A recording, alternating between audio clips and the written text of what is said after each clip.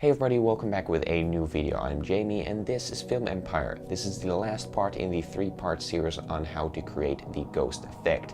Definitely make sure to check out previous 2 episodes to see what we have done already. Let's start. Last episode we added the energy distortion and such even without the destruction pack. In this video we're going to finalize the effect. Add a new grade layer above all other layers and add the letterbox to it.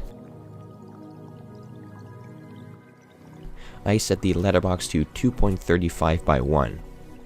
I now add the brightness and contrast, crush blacks and whites, and the hue, saturation and lightness effects to it and change them to my liking. I also add the light rays effect and change the settings to something that looks good.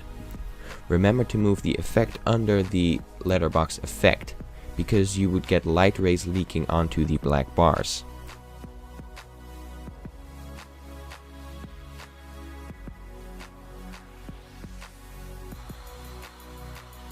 I now position both plates a bit up so that you can see something else than just the green in the background, making it a little bit more realistic. If you're somewhere outside with a lot of detail in the background, the effect becomes even more believable. And there you have it, a cool looking ghost effect in Hitfilm Express.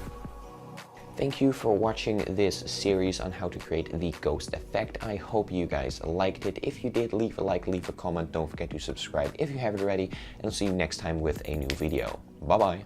Hi there, thanks for watching. Click here to see my latest video, click here to see a highlighted one, and click here to subscribe to my channel if you haven't already.